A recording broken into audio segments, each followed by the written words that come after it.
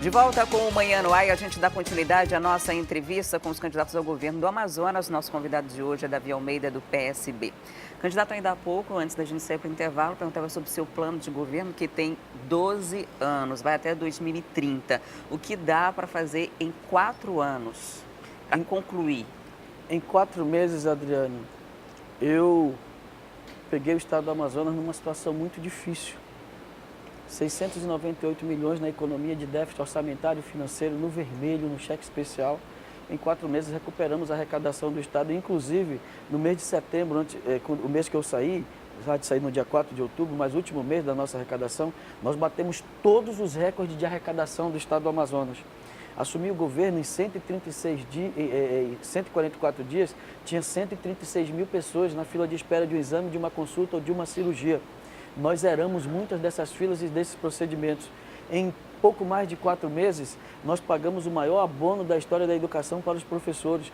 Eu fiz a maior promoção da história da Polícia Militar e do Corpo de Bombeiros Militar na época. Em 4 meses, eu dei a ordem de serviço para asfaltar 480 quilômetros de estradas e vicinais. Em 4 meses, eu concluí e entreguei o único centro de hemodiálise do governo do estado do Amazonas. Em 4 meses, eu liberei a licença ambiental para o plantio de soja no estado do Amazonas. Em 4 meses, na minha administração, nós fizemos, o estado do Amazonas foi declarado um estado livre da febre aftosa. Nós tivemos, em 4 meses, eu paguei a subvenção da juta, da malva, da borracha, que estava atrasada há 4 anos.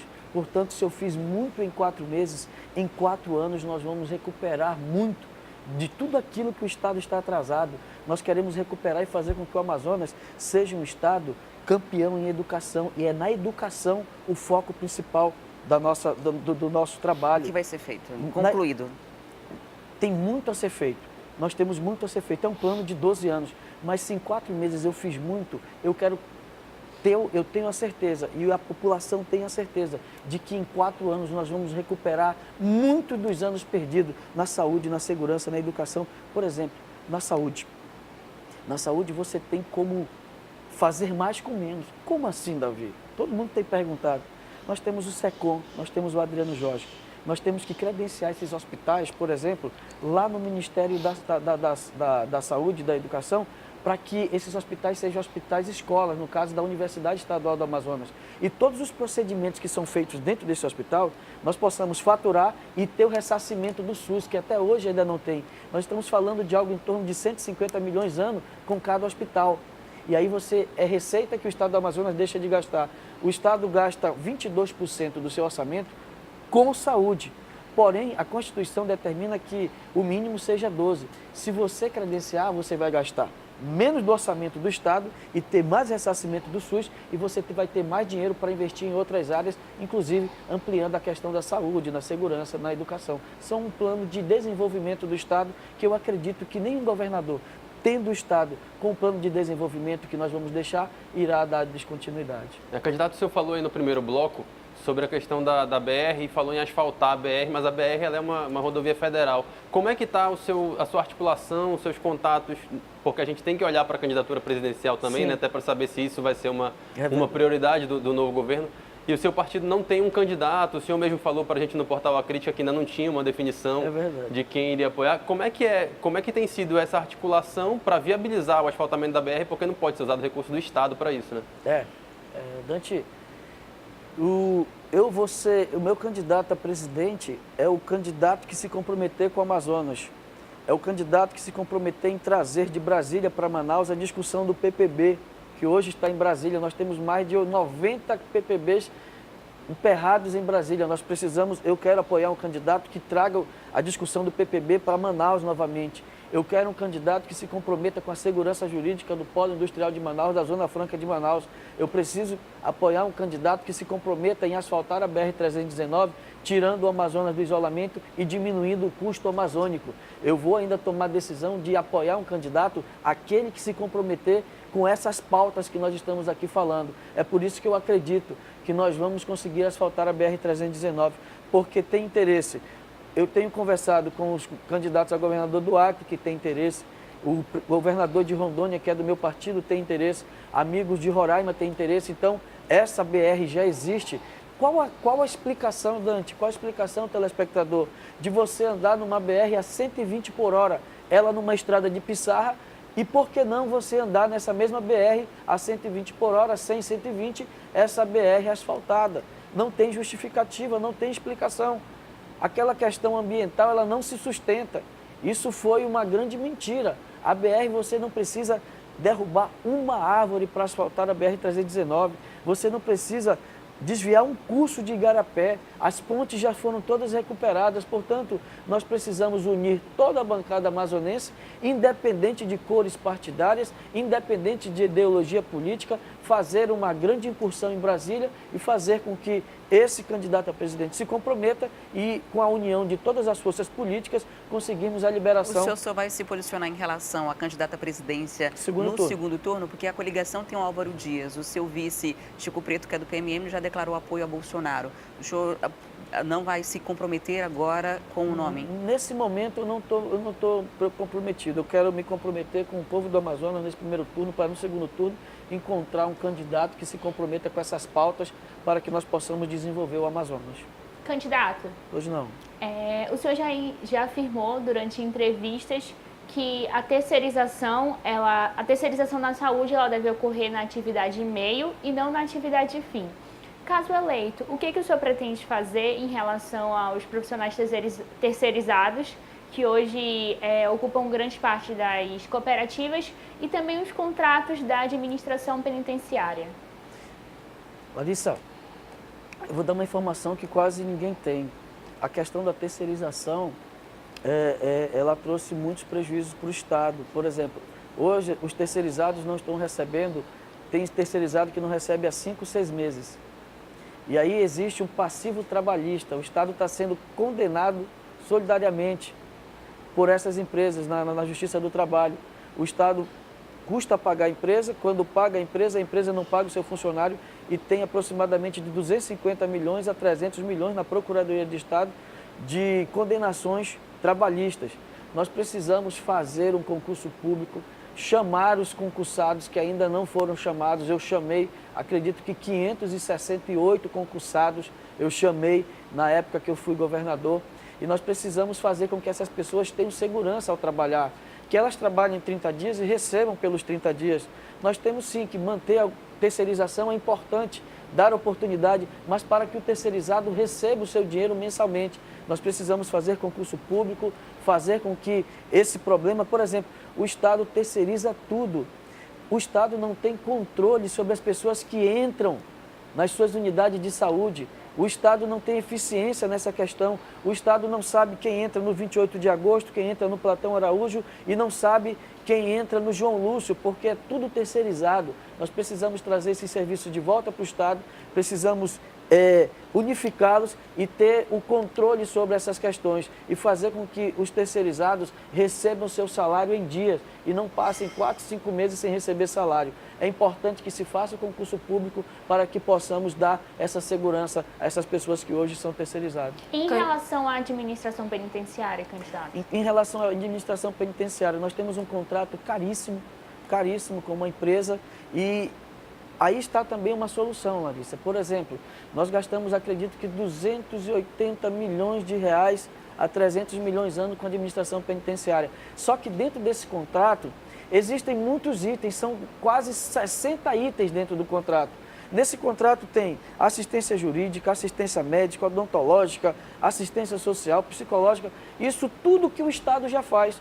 Eu vou rever esse contrato, diminuir pela metade esses itens que estão contidos nesse contrato e fazer com que pelo menos dos 6 mil cargos comissionados que o Estado tem, eu vou oferecer para aquelas pessoas, aqueles jovens que estão saindo da faculdade, a oportunidade de um contrato com o Estado, de um cargo no Estado, para que ele possa trabalhar por 12 anos lá na administração penitenciária, quem se forma em direito, para quem forma em assistente social, o serviço social, para quem está fazendo enfermagem, que eles possam atuar na Secretaria de Saúde do Estado do Amazonas e fazer com que esse contrato seja diminuído pelo menos a metade, porque são mais de 60 itens, ações que o Estado já executa em psicologia, em assistência social, no direito, tudo isso nós vamos fazer com que esse contrato seja revisado e diminuir esse custo para que nós possamos oferecer oportunidade à juventude que está saindo da faculdade. Dentro da sua proposta, o senhor fala sobre a infraestrutura do sistema prisional. O senhor pretende construir mais presídios? Como é que seria essa questão? Gisara, é incrível. Eu estive por 144 dias no governo e na primeira semana o secretário de administração penitenciária chegou comigo e disse: olha, nós temos um presídio que está parado e precisa disso, precisa de mais tantos. Acredito que foram 6 milhões, 5 milhões e alguma coisa para ser concluído. Eu não pensei duas vezes. Não tinha recurso naquele momento. Nós fizemos aqui um ajuste, eu repactuei alguns contratos, tanto é que foram 315 milhões de contratos repactuados, por isso que nós fizemos tanto em tão pouco tempo. E eu dei a ordem de serviço, nós fizemos com que aquele presídio, a obra fosse concluída e eu entreguei ainda na minha administração o presídio mais moderno que nós temos hoje no Amazonas, que é o CDPM2.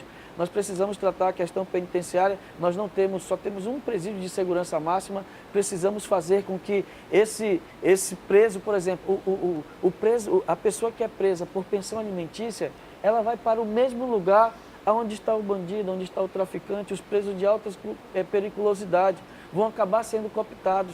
É por isso que nós precisamos separar, fazer um presídio de segurança máxima, tirar esses criminosos de alta periculosidade dessa convivência com aquele preso de menor potencial ofensivo, para que nós não possamos ter essas pessoas sendo cooptadas num primeiro aprisionamento. Portanto, é preciso se construir sim um presídio de segurança máxima para que nós possamos tirar esses chefes desses bandos, dessas quadrilhas, do convívio dos demais presos para que não possam ser cooptados. Candidato, o senhor pensa em levar também presídios novos para o interior? Porque a gente sabe como é que funciona no interior, né? O policial acaba que ele faz o patrulhamento e às vezes vira carcereiro também quando fica mais tarde, né? Isso acaba impactando diretamente na segurança pública daqueles municípios. E eu vejo pouco se falar de presídios no interior. É uma ideia, é uma realidade? Se não é possível, por que não é possível? Como é que dá para equacionar essa questão? Boa pergunta, Dante. Eu queria poder investir muito mais em escolas do que em presídios. Se você investir em escola, você vai investir menos em presídios. Mas o sistema prisional do Amazonas é caótico. Nós temos, salvo engano, 65 agentes penitenciários. Você precisa fazer um concurso para agente penitenciário. Isso vai diminuir o contrato lá com a empresa que administra os presídios. E você vai fazer um concurso público para agente penitenciário nos mesmos moldes dos agentes penitenciários federais. E aí você cria uma penitenciária de segurança máxima nos mesmos moldes das penitenciárias a nível federal. Portanto, você precisa fazer dessa forma o concurso público para agente penitenciário, que é uma necessidade. Você vai diminuir o custo da empresa que administra o nosso sistema prisional e ainda vai dar oportunidade para os jovens que estão saindo das faculdades ter a sua primeira oportunidade de emprego. E aí sim, também reformar alguns presídios no interior, porque o que nós temos são masmorras em que as pessoas são jogadas lá dentro e o Estado não cumpre o seu papel de ressocializar. Existindo a previsão orçamentária e os recursos que nós vamos aumentar a arrecadação do Estado, nós precisamos sim, iremos investir, por exemplo, lá em Maués, que tem a construção de um presídio que está parada, nós precisamos concluí-la para que nós possamos oferecer mais vagas no interior para o sistema prisional. Candidato, no seu plano de governo tem na área da segurança pública uma parte que o senhor fala que integrado à rede de proteção da vida, exato, promover ações voltadas aí à prevenção, à violência, sinistros no meio urbano, principalmente nas áreas de maior risco e vulnerabilidade social. E o senhor cita bastante também uma rede de defesa e segurança. A essência lembra muito um programa passado chamado Ame a Vida, do governador cassado José Melo, que foi inclusive seu aliado. Essa essência deverá ser a mesma, é resgatar esse projeto Ame a Vida, candidato? Não. O nome do meu projeto você mesmo deu, nenhuma associação. Nós temos o planejamento de combater a segurança pelo esporte, pela educação, pela cultura, pelo lazer. Por exemplo, eu tenho lá no Morro da Liberdade, meu bairro, histórias magníficas e fantásticas de pessoas que tiveram a sua vida transformada pelo esporte. O Estado vai estar nas áreas de maiores vulnerabilidades para dar sua contribuição e ofertar ao jovem a oportunidade de ter um futuro melhor.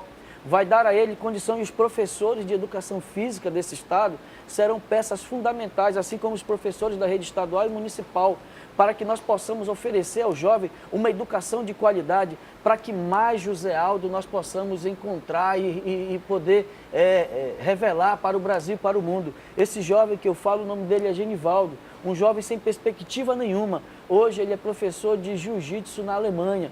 Tem o Thales, filho de uma senhora que é diarista. Ele encontrou no jiu-jitsu aquela ferramenta que iria tirá-lo da situação que ele estava na periferia. Hoje o Thales é professor de jiu-jitsu em Nova York. É isso que é o projeto, o nosso projeto de trabalhar a segurança pública, Cleito, dando oportunidade para as pessoas. Um lado mais social. Exatamente. Você tem que combater, pegar as igrejas católicas, as igrejas evangélicas, fazer grandes parcerias com elas. Eu vou dar uma informação para você, Cleito.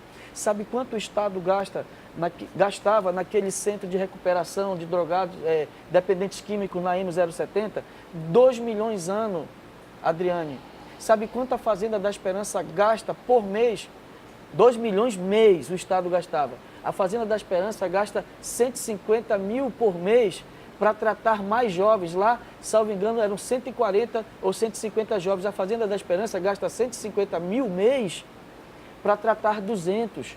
O Estado é ineficiente nisso. Eu vou fazer uma parceria com as igrejas, com a Igreja Católica, para que elas possam administrar esse centro, e aquilo que se gasta em um ano na Fazenda da Esperança, o Estado gasta mais por um mês no mesmo centro. Nós vamos fazer mais com menos. É isso que vamos fazer, tornar o Estado eficiente. E nós vamos entrar na área de maiores vulnerabilidades, dando oportunidade para o jovem não ser cooptado pelo crime organizado. Hoje o Estado não tem um planejamento para o jovem e o jovem está sendo cooptado pelo crime organizado. Nós vamos fazer exatamente o contrário. Nós vamos dar oportunidade de o jovem ter uma boa escola, ter um bom programa de esporte, de lazer, de cultura e entretenimento, para que nós possamos dar uma nova realidade para a nossa juventude. Candidato, a gente está chegando já próximo ao fim da nossa entrevista.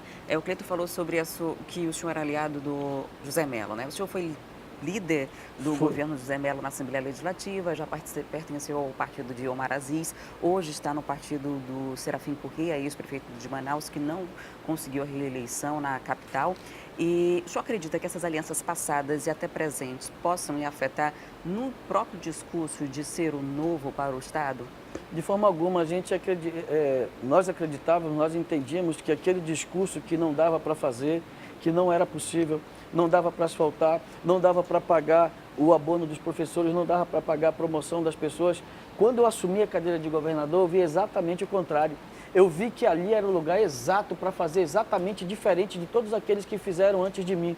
E eu não pensei duas vezes em dizer que é possível se viver num estado melhor. E eu fiz exatamente diferente de tudo aquilo que se preconizava anteriormente. Portanto, estar e ser aliado, sim, o povo do Amazonas que me colocou ao lado dele quando elegeu o governador. Mais de 55% da população amazonense o elegeu. Ele não cumpriu com o papel do qual ele participou. Portanto, eu participei apenas como o seu líder e fiz a minha parte. Porém, quando eu assumi, eu fiz exatamente o contrário. Eu fiz aquilo que o povo esperava de um governador, de um governante, e por isso eu me apresento como a solução para os problemas do estado do Amazonas hoje, com a experiência de quem fez em pouco tempo aquilo que não se fizeram em mandatos inteiros. Fique à vontade para suas conclusões finais, né, para suas considerações. Nós temos pouco mais de um minuto. Muito obrigado pela oportunidade. Eu quero falar para você de uma mensagem de esperança. Eu estive sentado numa cadeira no passado de governador, em que as pessoas diziam que não era possível fazer aquilo que se podia fazer. E eu realizei o sonho de muitas pessoas em apenas 4 meses. Eu te convido a escrever comigo a nova história do estado do Amazonas, a história onde o povo do Amazonas possa ser respeitado possa ser respeitado nos hospitais, aonde o povo do Amazonas seja visto como um dos melhores em educação, aonde nós possamos ter segurança, geração de emprego, aonde se pense o Amazonas fora do asfalto, um Amazonas produtor de alimentos, um Amazonas produtor de energia solar. É para isso que eu te convido a escrever juntamente comigo a nova história. Tem gente que conta a história Tem gente que ouve história. Eu estou aqui para te convidar para, junto comigo, escrever a nova história do estado do Amazonas. Eu não sou candidato da máquina de governo, não sou candidato de máquina da prefeitura, não sou candidato de grupos empresariais. Eu sou candidato do povo do Amazonas. Eu sou de um bairro da periferia e sei o seu problema. Eu sei quais são as soluções para os seus problemas. É por isso que eu te peço uma oportunidade para juntos mudarmos o Amazonas com Davi 40. Muito obrigado. Muito obrigada, candidato, por sua visita aqui no Manhã no Ar, por trazer esses esclarecimentos para a gente. Obrigado a todos. Agradeço também a participação dos jornalistas da Rede Caldeirado de Comunicação, a Larissa Cavalcante, no Jornal A Crítica, Gigiara Brandão, no Manaus Hoje, Dante Graça, no Portal A Crítica, Cleiton Pascarelli, na FM O Dia, que inclusive essa entrevista é transmitida simultaneamente pela rádio.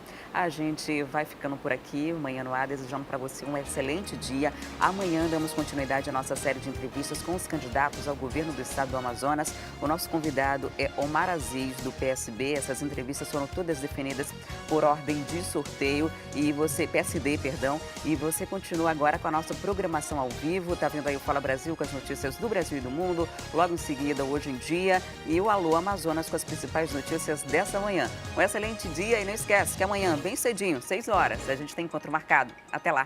Tchau, tchau.